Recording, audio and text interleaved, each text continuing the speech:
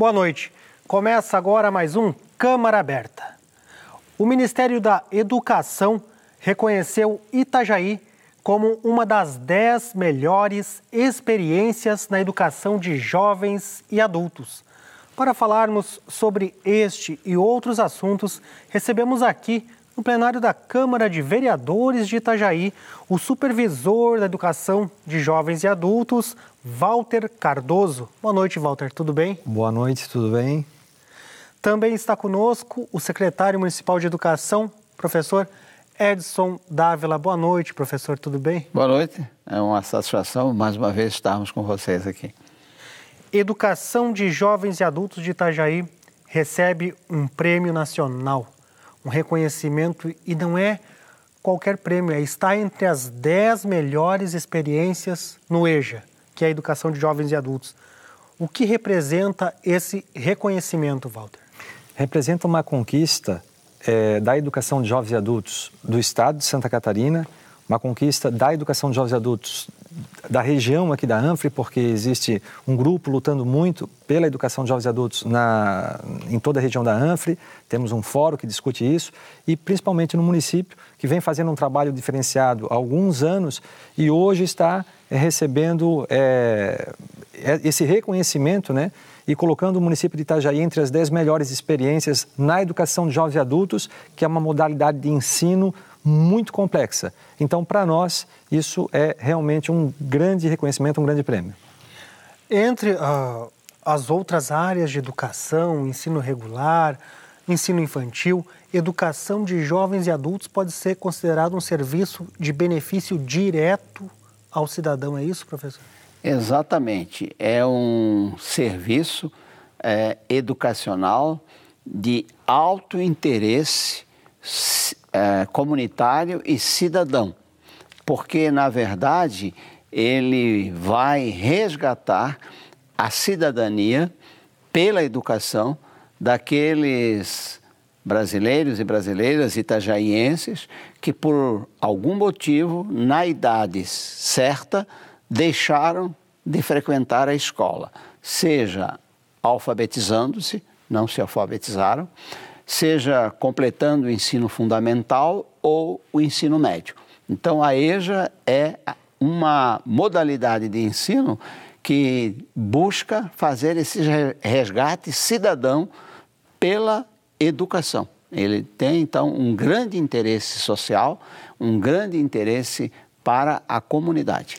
Esse reconhecimento é pela menção honrosa da medalha Paulo Freire. É um tipo de reconhecimento tradicional já pelo Ministério de Educação e Cultura? Sim.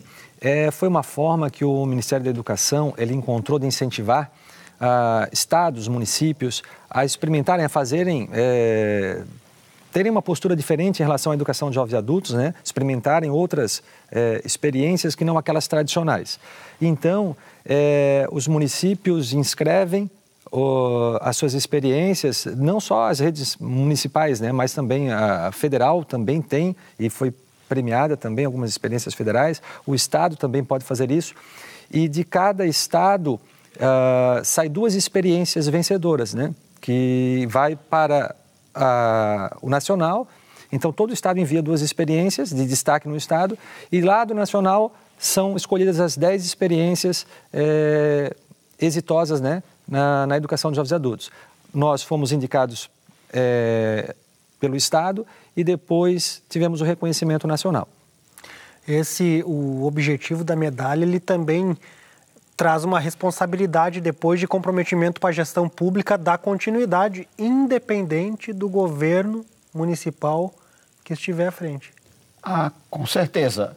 Veja que o nosso diploma que recebemos dentro do Prêmio Medalha Paulo Freire está ligado à questão da gestão, especificamente, que foram 2 experiências, uma ligada à questão da evasão, à redução da evasão e ao bom índice que nós conseguimos, e outro foi a redução da reprovação, porque a EJA lida com um público especial, é um público adulto ou jovem que geralmente já está ocupado durante o dia e que tem muitas atividades e que ainda tem que se ocupar com a educação.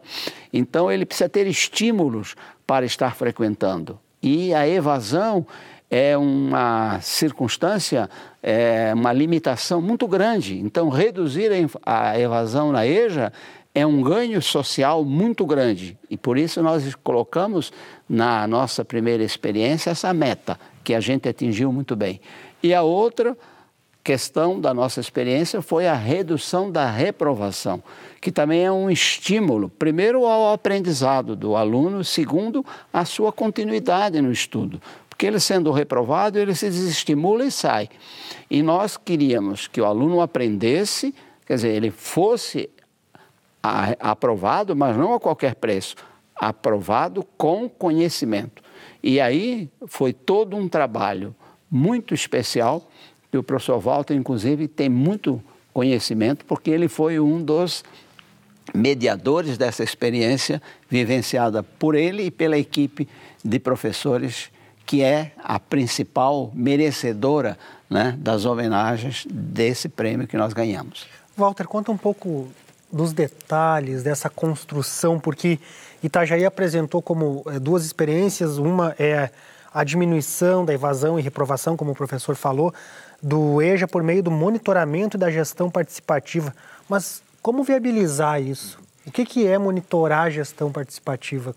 Como que foi esse? Certo. Então, o município de Itajaí, ele vem perseguindo há muito tempo a questão da diminuição da evasão e da reprovação. Por que nós falamos tanto disso? Porque é um problema crônico da educação de jovens e adultos Brasil afora. Todos os estados, todas as redes enfrentam muito problema. Então, teve programas do governo federal, por exemplo, que foram criados, que com mais de 2/3 dos alunos se evadiram. Mais de 60 e poucos por cento, 70% dos alunos se evadiram. Então, é uma modalidade que tem uma dificuldade muito grande em manter o aluno. O aluno, ele até vai, ele se matricula, ele reconhece a importância da educação, ele sabe que ele precisa. Porém, a dificuldade do dia a dia, trabalho, família, cuidar, né, faz com que ele se afaste da escola. Então, nós estávamos perseguindo isso. E fomos buscar parceria onde? No professor. A Secretaria de Educação entendeu que é importante democratizar essas discussões. Chamamos um professor, nós temos 6 escolas, hoje 7, na época tínhamos 6 escolas com educação de jovens e adultos, chamamos um professor que representasse cada uma dessas escolas e passamos a discutir quais as mudanças que a modalidade deveria ter, né, a partir da ótica do professor. E a partir da ótica da gestão da Secretaria também. Então, a experiência da Secretaria com a experiência do professor fizeram com que nós criássemos outras dinâmicas de ensino, de acesso, de permanência desse aluno na escola e funcionou. E aí nós começamos a ter uma queda expressiva na reprovação a partir disso e uma queda expressiva na evasão, contando sempre com a participação do professor nessas discussões. Então, hoje, toda discussão que visa mudar alguma coisa na educação de jovens e adultos, nós chamamos o professor, conversamos com ele e, a partir dali, então, tomamos a medida.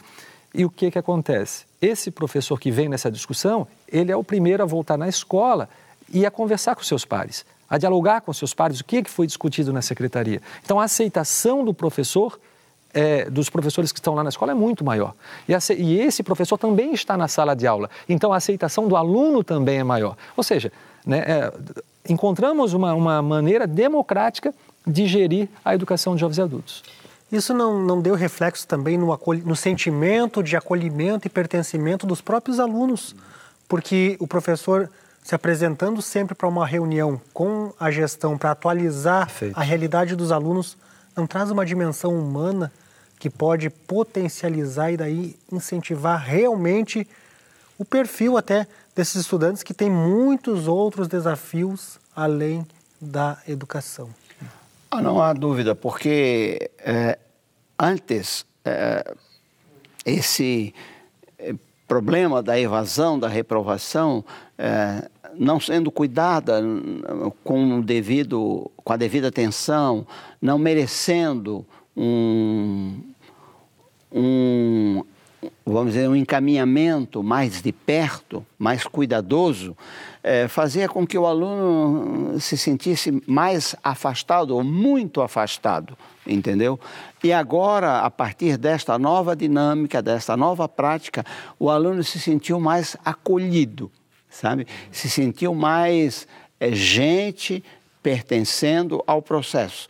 E ele, de fato, começou a render mais, porque ele começou a se perceber como uma peça que é mais bem-vinda, que é importante. Ele não é mais um número apenas, ele não é apenas uma presença na sala de aula, mas ele é um personagem, ele se percebeu que é importante no processo e isso o valorizou.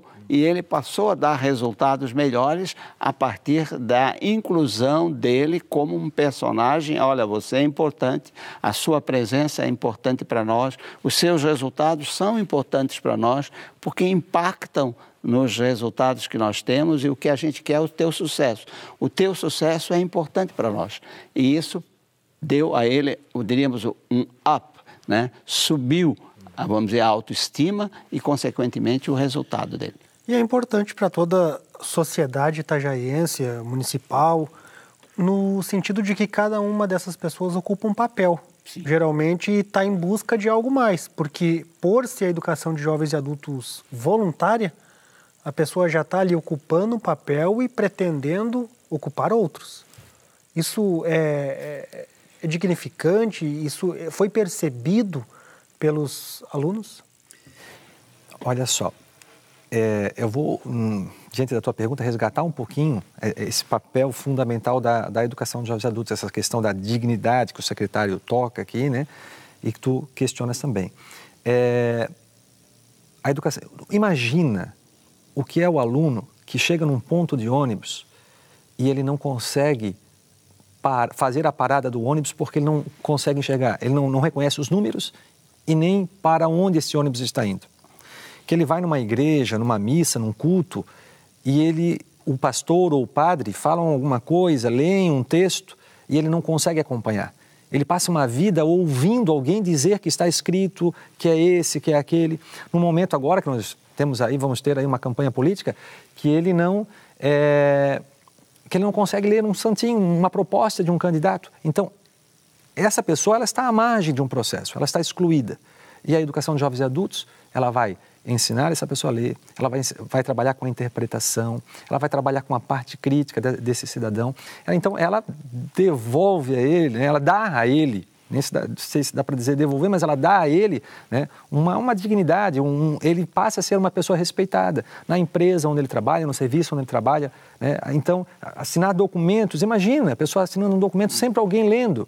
Então, aquilo ali, eles passam a se sentir uma outra pessoa. Isso é o depoimento dos próprios alunos, né? A alegria de poder ler. E quem já lê, a alegria de aprender a interpretar. Não é só a leitura, né? Mas a interpretação tem a visão crítica, né? Que ele vai aprender a leitura de mundo diferenciada sobre as questões políticas, ambientais, culturais. Então, esse aluno, ele passa a ter uma outra leitura de mundo em todos os sentidos. Bom, nós vamos fazer um rápido intervalo. Já voltamos com o segundo bloco do Câmara Aberta. Até já!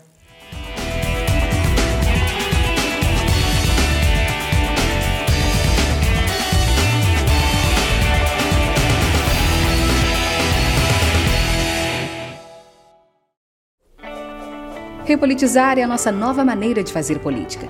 A Câmara de Vereadores de Itajaí definiu medidas sérias nessa atual gestão. Com o Plano Câmara Sustentável, houve uma reforma administrativa e tivemos uma melhor gestão de recursos. Isso rendeu economia de 30% na verba anual da Câmara e foram devolvidos mais de 10 milhões de reais para a Prefeitura. Isso mostra uma gestão eficiente, comprometida e com resultados consistentes. Venha com a gente repolitizar.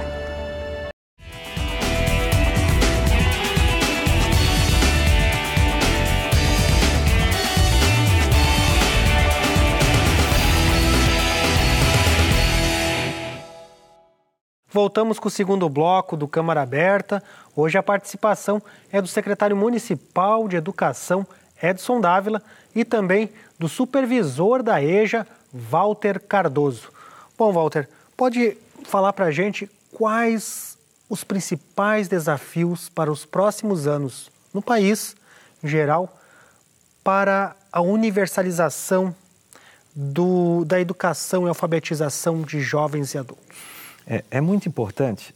Um dos principais desafios é que a comunidade, sem o apoio da comunidade, nós não vamos aumentar a escolarização da população. Chegamos a uma conclusão que o esforço só das redes de ensino, ele é pouco. É preciso que a empresa, né, que a indústria, que o comércio, que todos os segmentos de serviços, que as igrejas se mobilizem, né, para que possamos aumentar a escolaridade da população. Por quê? Um padre, um pastor, um representante religioso, seja de qual segmento for, eles têm uma persuasão, né? Eles têm um poder de convencimento daquela comunidade, às vezes, uma influência muito grande. Da pessoa. Né? Então, essas chamadas desses segmentos para a escolarização da população, ela é muito importante. Nós já fomos atrás de algumas parcerias e encontramos ainda uma desmotivação em relação, né, a isso. Mas precisamos estar motivando para que todos os segmentos da sociedade, religiosos, empresariais, participem, né, chamando essas pessoas. Por quê? Uma empresa, ela pode nos apoiar muito a partir do momento que ela incentive seus funcionários a estudar. Eu queria dizer, inclusive, que os nossos índices, né, de qualidade de vida, né, eles não são melhores em razão de que os nossos índices de escolarização da população a partir dos 18 anos, eles não são bons. Por quê? Exatamente porque instituições como empresas, igrejas, outros grupos sociais, como associações, clubes, não têm, me permito dizer isso, mais compromissos com a escolarização de seus empregados, de seus fiéis, de seus funcionários, de seus associados. Isso devia ser um compromisso social. Políticas de incentivo. Não, um compromisso social primeiro, não é? É impossível, não é, que uma empresa, por exemplo, não cuide de ter que os seus funcionários tenham, por exemplo, o ensino fundamental completo ou ensino médio. Como é que vai melhorar a produtividade da empresa? Então, o patrão tem que estar ocupado com isso, não é?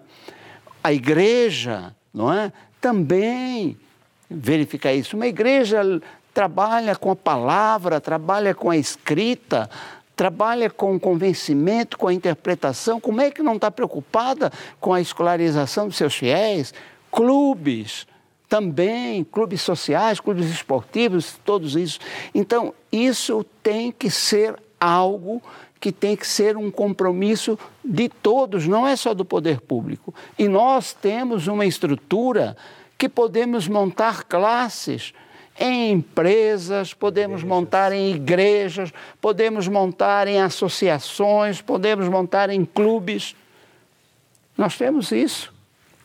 Comunidades terapêuticas? Sim, já temos em comunidades terapêuticas, temos em várias entidades. Mas isso precisava ser, né, um movimento maior, precisava ser um comprometimento maior. Não é? Quando eu ouço em reuniões dizer que é preciso melhorar a qualidade da mão de obra, eu pergunto, mas quantos patrões, por exemplo, estão olhando o nível de escolaridade de seus empregados? Né? Quantos estão nos chamando para abrir classes de EJA nas suas empresas? Não é?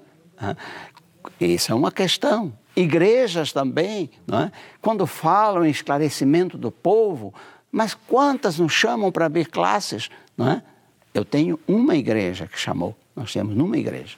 Então, isso é o que estou falando, não como crítica, eu estou falando como uma reflexão para a comunidade. E isso é preciso porque é um avanço social e é um comprometimento da sociedade brasileira que precisa melhorar as condições de vida do povo. Secretário, o senhor diz então que quando se pensa assim, precisamos de mão de obra qualificada, vamos oferecer um curso técnico para qualificação, mas primeiro, prioritariamente, a formação básica, mas exatamente. Ou no mínimo junto. Claro, mas você veja com a evolução do trabalho, com as novas tecnologias, como é que um patrão vai colocar uma máquina de alta tecnologia na mão de um empregado que não tem o ensino médio ainda, não é?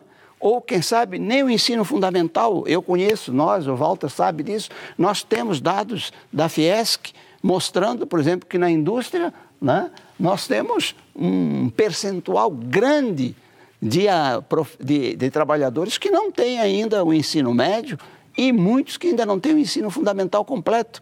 Como é que você vai avançar, né, na produtividade e na melhoria, no aprimoramento da mão de obra desse trabalhador catarinense, que não é o pior qualificado do Brasil, se ainda nós temos esses índices de falta de escolaridade? Secretário, só explica, o senhor tocou num ponto que o município tem uma capacidade, uma estrutura para poder oferecer uma sala de aula dentro de uma empresa. O município tem um projeto, tem lei? Como é que é isso? Tem um recurso para isso? Sim. Nós vamos lá, vamos mandar o professor? Sim, nós temos a modalidade EJA, né? E nós temos a supervisão, e nós temos, vamos dizer, o conhecimento, a expertise, né? E nós trabalhamos em diversos ambientes e nós queremos chegar aonde está o aluno. Então, se a empresa destina um tempo para o seu trabalhador, para o seu empregado, para o seu associado, a igreja para o seu fiel, convoca, chama, nós vamos lá. Nós levamos o professor, levamos o material, a metodologia e aplicamos lá no tempo, na ocasião que melhor for para a entidade e para a clientela que essa entidade tiver. Legal. Vocês têm alguns dados aí aqui do município com relação à educação de jovens e adultos? Sim. Foi o motivo da nossa premiação, né, do nosso reconhecimento. A nossa reprovação, ela diminuiu de 18% em 2015 para 6%. De 18% em 2013 para 6% em 2015. Então, foi uma grande redução que chamou a atenção dos avaliadores, né, que vai na contramão do que acontece em muitas outras realidades, né, essa redução. E a nossa evasão também diminuiu de 15% para 8%. O secretário já havia até tocado nesse assunto também, né? Então, todos os dois indicadores, eles tiveram uma grande redução. E também quero frisar aqui que nós falamos, porque na nossa proposta apresentada ao Ministério da Educação, nós apresentamos a gestão participativa e o monitoramento. O monitoramento foi implantado desde 2011 pelo secretário e ele não acontece só na educação de jovens e adultos, ele acontece também no ensino fundamental. O que consiste? O que é esse monitoramento? É que todos os bimestres, tanto os dados da educação de jovens e adultos, quanto do ensino fundamental de todas as escolas, de todos os professores, de todas as disciplinas, são analisados escola por escola, professor por professor. É feito um estudo sobre aquilo ali, o secretário faz análise, chama os gestores dessas escolas e é discutido escola por escola, sala por sala, os resultados da aprendizagem desses alunos. E isso fez com que a secretaria entrasse na sala de aula de cada professor e pudesse acompanhar as dificuldades, tanto dos alunos quanto do professor.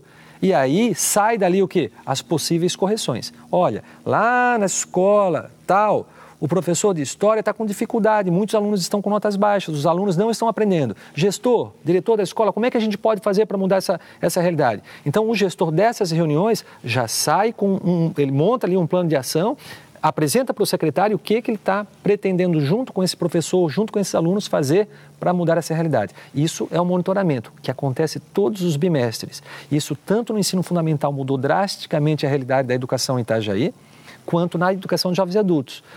E mais, O que tem de novo nisso? Tem de novo é que os dados, eles não vêm para a Secretaria de Educação para ser arquivados.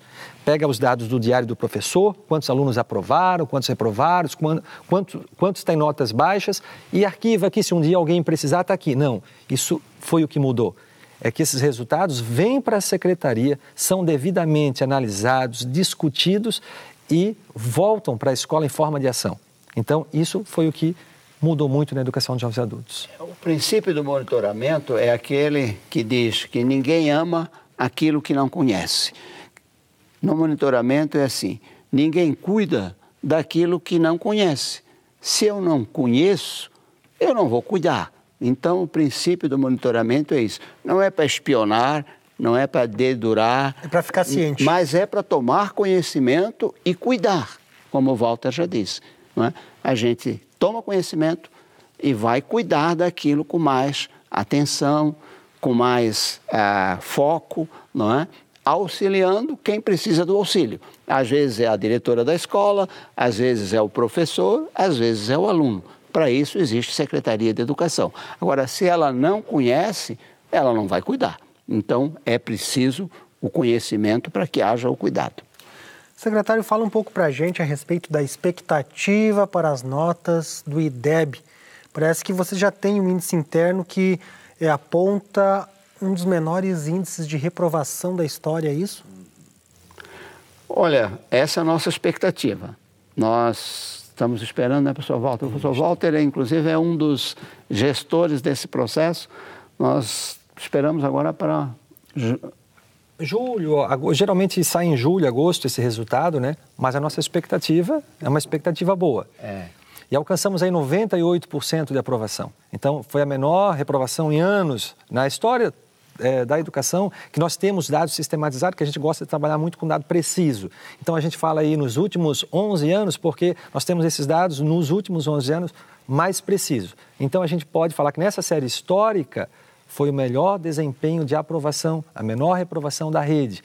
Então, essa menor reprovação, aí entra o monitoramento. Isso é o acompanhamento feito bimestralmente, que evita aqueles rombos de uma porção de alunos reprovando e ninguém tomou cuidado durante o processo, né? Então, uma história de 98% de aprovação, ela não acontece na imposição, né? É um trabalho construído ao longo dos anos.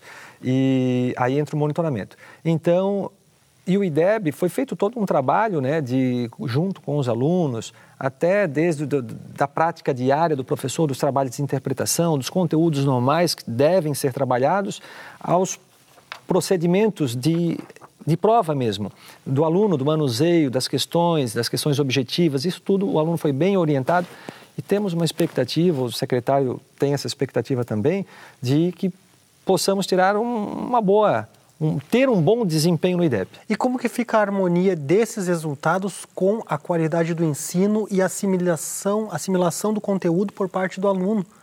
O aluno também se compromete, está ciente de todo esse cuidado? Ah, com certeza.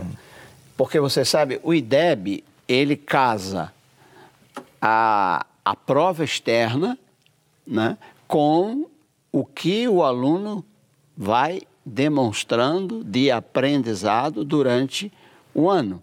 Porque se uma coisa não se casar com a outra, não sai resultado significativo. Né? Não adianta eu, por exemplo, fraudar a prova externa, facilitando os resultados para o aluno, porque depois sai uma boa nota na prova externa, mas os resultados do aprendizado aqui são diferentes e aí a coisa não sai correta. Do mesmo modo, não adianta eu estar dando nota para o aluno aqui, para ele ter boas notas e não reprovar, mas depois, quando vem a prova externa, ele não demonstrar conhecimento suficiente. Então, por isso é que o trabalho tem que ser um trabalho responsável e concetâneo, quer dizer, as coisas têm que andar igual, tanto no trabalho do ano inteiro, de o aluno avançar com aprovação, mas com aprendizado, e ele sendo preparado por aquele tipo de desafio que ele vai enfrentar na prova externa e, ao mesmo tempo, né, fazer com que ele, na prova externa, esteja seguro, preparado para realizar a prova externa, que é uma prova que ele vai realizar com tranquilidade e assemelhada depois ao Enem, ao vestibular, a uma prova de concurso público, porque o objetivo é preparar o aluno, não é, para outras avaliações, porque é a vida, não é, que vai depois... O aproveitamento tem que se estender, Sim, não tem só que se estender, e ele tem que aprender a esse tipo de experiência. E é isso que a gente tem buscado fazer e as escolas têm feito trabalhos muito bons. Por isso a gente tem uma boa expectativa. Graças também à participação dos professores. Acho que nós vamos nos sair bem, mas vamos aguardar. Graças também à participação dos professores. Com certeza. Os professores e as nossas unidades escolares fizeram e têm feito um trabalho maravilhoso. Secretário, Escola Básica de Campos sai em junho? Ela já está funcionando desde o fevereiro, né? Nós vamos inaugurá-la oficialmente agora em junho, durante a programação de comemoração do aniversário. Ela já está plenamente funcionando? Está funcionando, claro, nós estamos implementando aos poucos. Gradualmente os diferentes programas que ela contempla, né?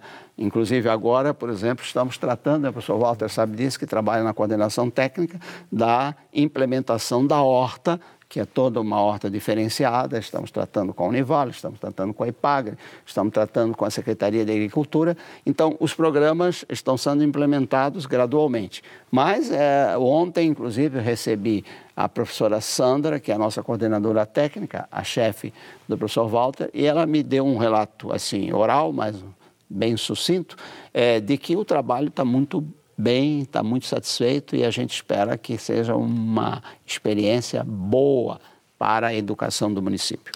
Quais programas pretende se implantar ainda este ano lá na escola? Olha, na verdade, o que nós temos pronto na escola e para se consolidar durante esse ano é essa experiência de uma escola de tempo integral, né?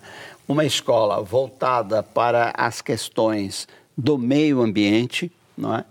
E que junte, então, esse referencial do campo, do meio rural. Não é? Não necessariamente assim para formar o trabalhador rural, o filho do trabalhador rural, porque essa não é bem a nossa intenção.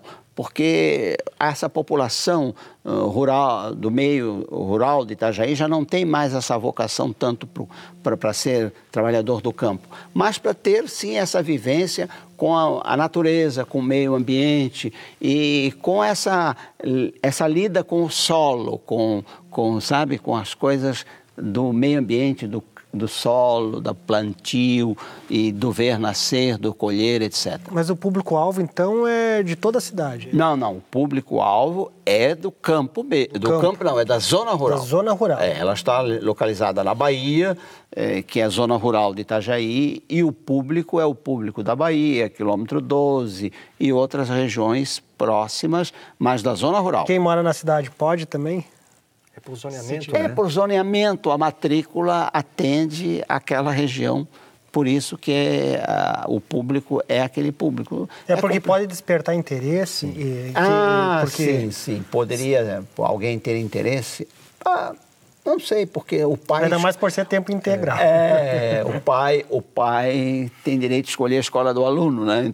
Do filho, aliás. Poderia alguém aqui da cidade querer matricular lá, mas não apareceu isso ainda. Só completando também o que o secretário está falando, nessa escola, ela vem ocorrendo um novo modelo, né, um modelo diferente. Não vou dizer novo, mas um modelo diferente, que é diminuir a intensidade das disciplinas e fazer um trabalho mais em conjunto entre todas as disciplinas. E aí talvez consista a maior riqueza nesse trabalho que está sendo desenvolvido. O tempo escolar, vamos dizer assim, os horários das várias matérias, isso também tem uma outra forma de se organizar. A sala de aula também, ele tem um mobiliário diferente, favorecendo mais o trabalho em grupo e toda uma proposta que são muitos diferente. atrativos que acabam chamando atenção e despertando interesse. Sempre tem... É uma experiência nova, uma experiência piloto que a gente está pondo em prática e acompanhando para ver os resultados que a gente espera que sejam bons. Nosso tempo acabou. Muito obrigado pela participação no programa, Walter. Obrigado, secretário, pela participação. Bom trabalho para vocês e que os resultados continuem aparecendo. Eu agradeço. Uma boa noite para todos. Câmara Aberta de hoje fica por aqui. Para todos, uma boa noite e até a próxima.